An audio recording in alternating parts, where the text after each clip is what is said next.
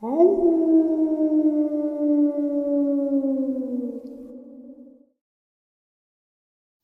greetings and salutations, everyone. I hope everyone is still doing well, and welcome to this, depending on however you may look at your clock or wherever you may live, early morning, middle of the night, bonus upload.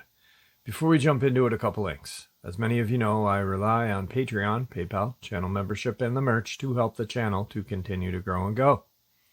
Links to Patreon, PayPal, and channel membership is in the description below.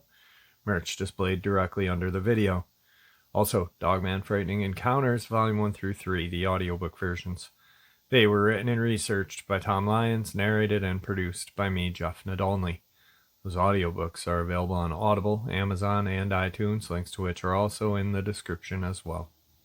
And finally, last but definitely not least, if you'd really like to help support the channel to continue to grow and go, simply subscribe. It doesn't cost a cent. Click that like button, takes half a second. If you don't want to miss out on any of the informative uploads I put out daily, click that bell icon, and folks, please leave a comment and share this video. Why? Well, because all of these things really do help this channel to continue to grow and go. And folks, they do matter, and they are appreciated. Now, everyone, I have taken far too much of your time. Let's jump into this middle of the night or early morning bonus upload, shall we? Today's first encounter. I first ran into the Dogman in Hancock County, Mississippi when I was 9 years old, then again at 17. And it made me feel as though something was always watching me whenever I got the courage to go back into the woods. You may or may not know what a vortex howler is, but I was in a field with my dad that was walking distance from our home, tossing the thing around. If you don't know what a vortex howler is, it's a small football with a tail and these little holes that cause it to make this cool whistling noise when it sails through the air. I probably sound like a salesperson as I write this, but the toy's a lot of fun. I wonder if they still make them. My dad and I were doing this thing where we were testing how far we could throw the vortex. My small arm couldn't throw it anywhere near as far as he could, and it was so much fun for me to watch how high and how far he could make it fly. I had basically assumed the role of being the dog during this activity, running to fetch it wherever it landed, just so he could throw it again. It was probably after 10 or so throws that it landed right near the edge of the forest. Once I made my way over to the woods, it was right before I was about to grab the vortex that I saw it. What was only probably a few yards into the woods was what I initially thought to be a very tall adult in a costume. The only reason why I thought that was because it was standing on two legs, just like a human. But I think it was when I saw the shape of the legs that, even at such a young age, I was able to establish it couldn't be a human. Although the tall animal was silent while it stared at me, I could see its diaphragm inhaling and exhaling, as well as its muscular arms hanging, twitching. The shaking of its arms is always one of the first things that pops into my mind when I think back to that encounter with the Dogman. I only got the smallest glimpse of its face since I was already terrified by the time that I looked up at it. It was standing in the shade, and all I really remember about it was that it had pointed ears and a wet snout full of sharp teeth. It truly did look something straight out of nightmares. Even though I was so young and had no experience with anything like it, my instincts told me to take slow steps backward without making any major commotion. But it was when I felt that I was a good distance away from the wood's edge that I turned and sprinted toward my dad. When I got over to him, he smiled at me and chuckled because he probably assumed that I was startled by something small, like a snake or a spider. Understandably, he didn't take me too serious when I told him what I saw. I'm a bit embarrassed to say that I stood behind my dad as I looked towards the forest. There was nothing in sight. When my dad started walking toward the area to grab the football, I remember I was holding on to his arm, desperate to prevent him from going near the Dogman. He assumed that I had either imagined what I saw or had confused some normal animal for a monster. How can I blame him? That's exactly how I would have acted if I had never before seen anything like that. Much too frightened to go any further, I decided to stay put while he made his way to the football. As he glanced into the woods, his casual body language communicated that there was nothing unusual was still standing over there. Still, as he was making his way back toward me, I was so goddamn worried that the Dogman was going to burst out of the forest and pounce on him from behind. Although that it seemed the coast was now clear, I insisted that we headed home, and my dad obliged. I remember how even in the car ride home, my body was still shaking. It felt as though my mind was so badly wanting to forget what I had seen. Nothing further came of that sighting, and as the years went on, it steadily faded towards the back of my brain. For some reason, I'm willing to bet that whistle from the Vortex Howler played a big role in attracting the Dogman to the park. Sure, it could have already been in the area, but the noise those toys make are so unique that I could see it perking the interest of any wildlife nearby. As I stated before, my second encounter with the Dogman happened when I was 17 years old and a senior in high school. We still lived in the same town and in the same house. I had my high school sweetheart, Erin, over, and we were watching a movie in the dark. I remember it was a thunderstorm because I kept anticipating the power to go out. My parents were on vacation for their anniversary, and looking back on it, they sure did put a lot of trust into their only child not to throw a huge party. There was one point when Erin got up to use the bathroom, and I heard her scream. I assumed that she had spotted a mouse. We were constantly dealing with mice infestations while I was growing up. But that was far from the case. She didn't respond when I asked her whether she saw a rodent. Instead, I got up from the sofa and walked into the hallway. She ran right into me. She was petrified. I thought I could hear her heart beating through her chest. When I grabbed onto her shoulders, I noticed she was shaking uncontrollably. She was in awe. She kept pointing down the hallway, but seemingly couldn't catch her breath, that she needed to get words out about what she had seen. Heck, I was starting to think that she had seen a ghost. I had heard strange noises while growing up in that house, and considering that we weren't the first residents to live there, it always seemed like a possibility that there could be spirits roaming around. She just kept pointing down the hallway, and finally, she said the word wolf a couple of times. Honestly, at that time, the notion seemed far stranger to me than ghosts. I can't say whether anyone had ever had trouble with wild wolves in the community, but I had certainly never heard anything about them. My only conclusion was that some large dog might have gotten loose and wandered up to the window while my girlfriend was in the bathroom. Of course, since it was storming, the atmosphere could have made a sudden sighting of any animal that much more frightening. At this point, the animal that I saw when I was a child was not at the forefront of my mind. Erin explained it to me that when she lifted the toilet seat, that lightning lit up the area, and she briefly saw Wolf looking through the small circular window on her right side. It was when she made eye contact with the animal that she had screamed. When I entered the bathroom, I approached the window, but I saw nothing. It then occurred to me that it would have had to have been a massive dog, something the size of a mastiff, perched up on two legs to be able to look through that window from the outside. I was inclined to think that Erin might have imagined whatever she thought she had seen, and that was when my childhood encounter dawned on me. I immediately started to think about how dismissive my dad was when I told him about the Dogman. Still, I found the idea of Erin seeing the Dogman around my property before I ever saw or heard any sign of it incredibly slim. I continued to brush it off, and being the eager teenager boy that I was, I wanted to move on to the subject and return to the sofa. It was maybe an hour later that Our makeout session was interrupted by a sound of something scratching on one of the nearby windows. Aaron started getting scared again and repeated how the wolf was back. It was too dark to see anything outside, and when I heard the noises again, this time coming from a different window, I jumped up and flipped on the outside lights. That's when I saw it. The sight caused me to freeze up, a real trip down memory lane.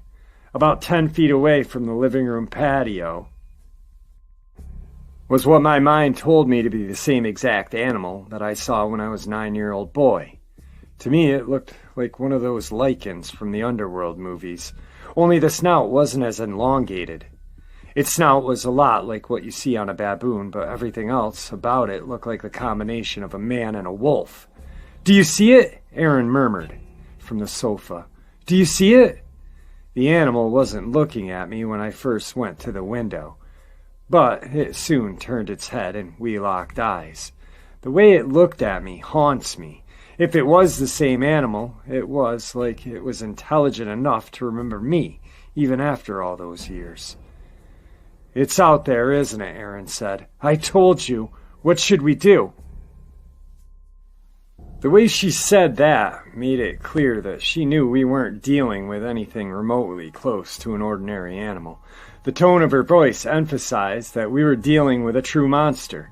At first, I was inclined to call the police, or at least animal control. However, there was this nagging part of me that warned I could very easily be setting someone up for their unexpected demise. Just by looking at that creature, you knew it could inflict fatal damage with minimal effort. There was no question that it could dominate even the largest land predators, such as a grizzly or polar bear. Also, I think I didn't want to risk my parents getting notified that the police or authorities were there. I just wanted to keep everything as cool as possible so that they wouldn't second guess leaving me in the house alone. I had Aaron hold my hand and we walked to the garage where I quickly and quietly grabbed an aluminum baseball bat.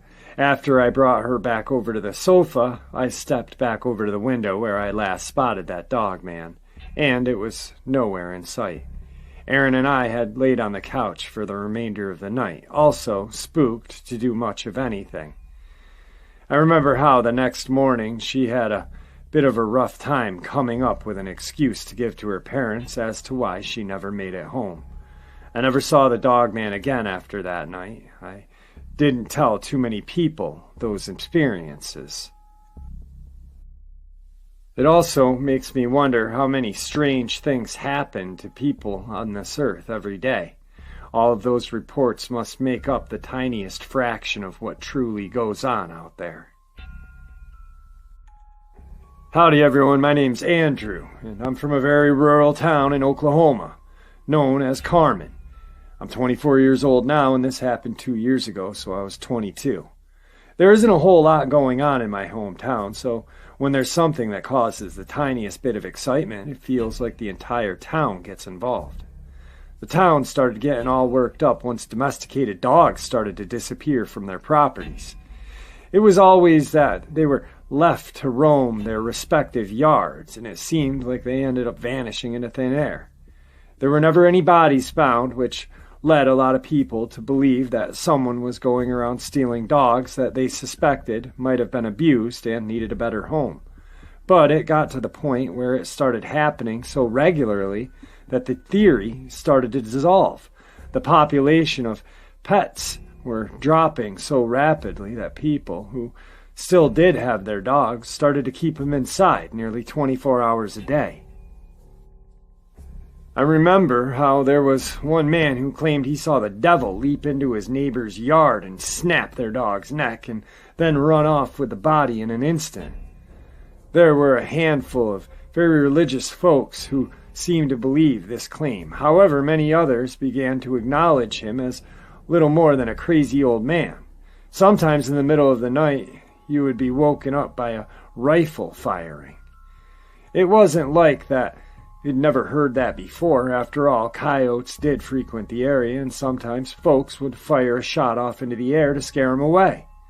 But it started happening at such a high rate that people who never had any dogs of their own, started to complain about all the noise.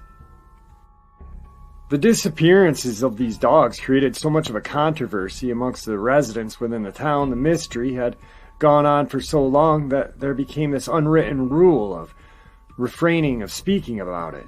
Unfortunately, that didn't prevent the horror from continuing. I had this one close friend, Kirsten, who had become very intrigued in the matter. She was this cool butch individual who shared many of the same interests as me while growing up. She called me over one day because she claimed to have seen the animal that she suspected to be responsible for the dog abductions. She had been trying to capture both photographs and footage of the animal, but as you might expect, it never really worked out. Kirsten invited me over to her place one night to kick it and wait for the animal to appear. I remember I wasn't all that interested for whatever reason, but she was able to persuade me with a 6-pack of beer. Shortly after I arrived, I watched Kirsten's older brother place a bunch of raw strip steak in various places around their backyard.